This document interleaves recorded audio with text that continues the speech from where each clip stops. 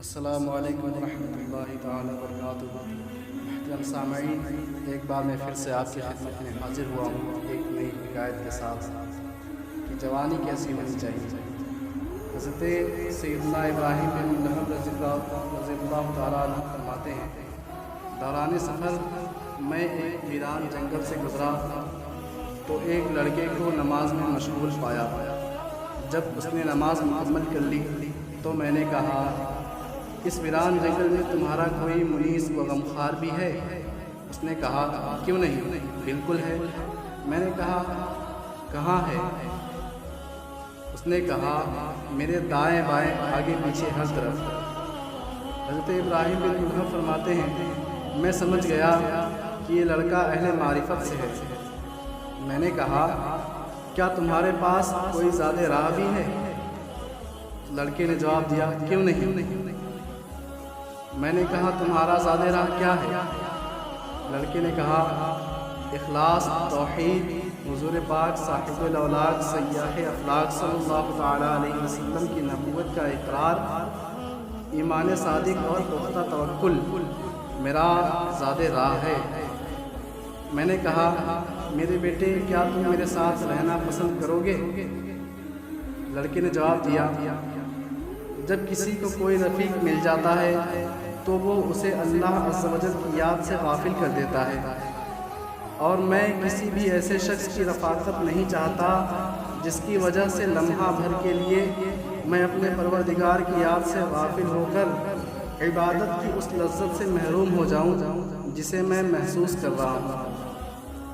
حضرت ابراہیم بن ملہم رحمۃ اللہ تعالیٰ علیہ فرماتے ہیں، میں نے کہا، اس خطرناک ویران جنگل میں اکیلے رہتے ہوئے تمہیں وحشت نہیں ہوتی؟ لڑکے نے جواب دیا، اللہ عز و جل کی محبت کی دولت ایسی دولت ہے کہ اس نے مجھے ہر وحشت سے دور کر دی ہے، اور اب یہ حال ہے کہ درندوں کے درمیان بھی خوف اور وحشت محسوس نہیں ہوتی۔ حضرت ابراہیم بن ملہم فرماتے ہیں، میں نے کہا، تم کھاتے کیا ہو؟ لڑکے نے جواب دیا، جس پروردگار نے مجھے ماں کی پیٹ میں تاریکیوں میں رزق عطا کیا ہے، وہی پروردگار عز و جل اب مجھے رزق عطا فرماتا ہے۔ حضرت ابراہیم بن ملہم فرماتے ہیں، میں نے پوچھا، تمہارے کھانے کا انتظام کب اور کس طرح ہوتا ہے؟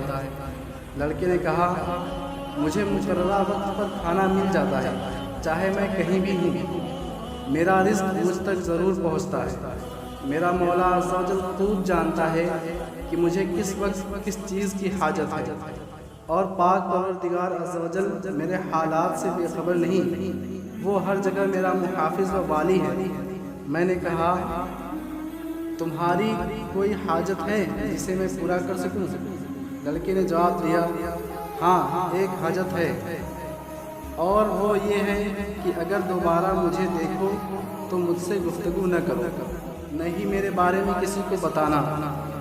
حضرت ابراہیم بن ملہم فرماتے ہیں کہ میں نے کہا، جیسے تمہاری مرضی، اس کے علاوہ کوئی اور حاجت ہو تو بتاؤ۔ کہا، ہاں، اگر ہو سکے تو دعاؤں میں یاد رکھنا، جب بھی غمگین و پریشان ہو کر دعا کرو تو میرے لیے بھی دعا ضرور کرنا۔ حضرت ابراہیم بن ملہم فرماتے ہیں، میں نے کہا، میرے بیٹے، میں تمہارے لیے کس طرح دعا کروں جبکہ تم مجھ سے افضل ہو، کیونکہ خدائے تعالیٰ کا خوف اور توکل تم میں مجھ سے زیادہ ہے۔ لڑکے نے کہا، اس طرح نہ کہیے، کیونکہ آپ عمر میں مجھ سے بڑے ہیں، آپ کو دولت ایمان مجھ سے پہلے نصیب ہوئی، آپ کی نمازیں اور روزے مجھ سے زیادہ ہوں گے۔ حضرت ابراہیم فرماتے ہیں، میں نے کہا، مجھے بھی تم سے کام ہے۔ اس نے کہا، کیا؟ بتائیے، کیا کام ہے؟ حضرت ابراہیم بن ملہم فرماتے ہیں، میں نے کہا، میرے لیے اللہ عز و جل کی بارگاہ میں دعا کرو۔ اس نے یہ دعا کی، اللہ عز و جل آپ کو ہر لمحہ گناہوں سے محفوظ رکھے، ایسا غم عطا فرمائے جس میں اس کی رضا پوشیدہ ہو اور اس کے علاوہ کوئی غم نہ ہو۔ حضرت ابراہیم بن ملہم فرماتے ہیں، میں نے کہا اے میرے لخت جگر، اب دوبارہ ملاقات کب ہوگی؟ میں تجھے کہاں تلاش کروں گا؟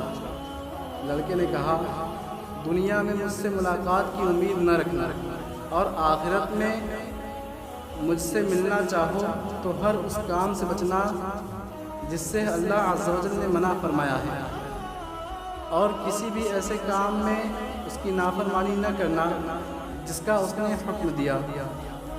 آخرت متقین کے جمع ہونے کی جگہ ہے، اگر وہاں مجھ سے ملنا چاہو تو ان لوگوں میں تلاش کرنا جو دیدار الہی کر رہے ہوں، میں آپ کو انہی لوگوں میں ملوں گا۔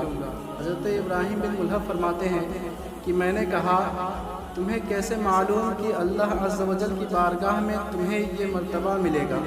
لڑکے نے کہا اس لیے کہ میں اس کی حرام کردہ اشیاء سے بغض رکھتا ہوں، ہر گناہ اور ہر اس کام سے بچتا ہوں جس سے بچنے کا اس نے حکم دیا، اور میں نے اپنے پروردگار عز و جل سے یہ دعا کی ہے کہ مجھے جنت میں اپنے دیدار کی دولت لازوال عطا فرمائے۔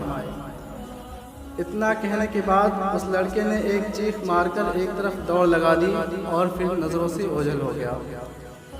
محترم سامعین، سنا آپ نے کہ ایک لڑکے کے دل میں اللہ عز و جل کی کیا محبت اور اللہ عز و جل کا کیسا خوف ہے۔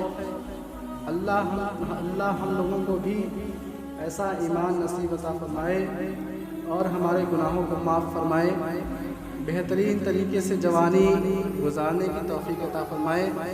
محترم سامعین، اگر آپ کو یہ حکایت اچھی لگی ہو تو اسے لائک کریے، اگر آپ ہمارے چینل پر نئے ہوں تو اسے سبسکرائب کریے اور اپنے دوستوں میں خوب شیئر کریے تاکہ یہ حکایت زیادہ سے زیادہ لوگوں تک پہنچ سکے اور لوگ اپنی جوانی کو بہتر سے بہتر بنا سکیں۔ ملتے ہیں اگلی حکایت میں، تب تک کے لیے خدا حافظ۔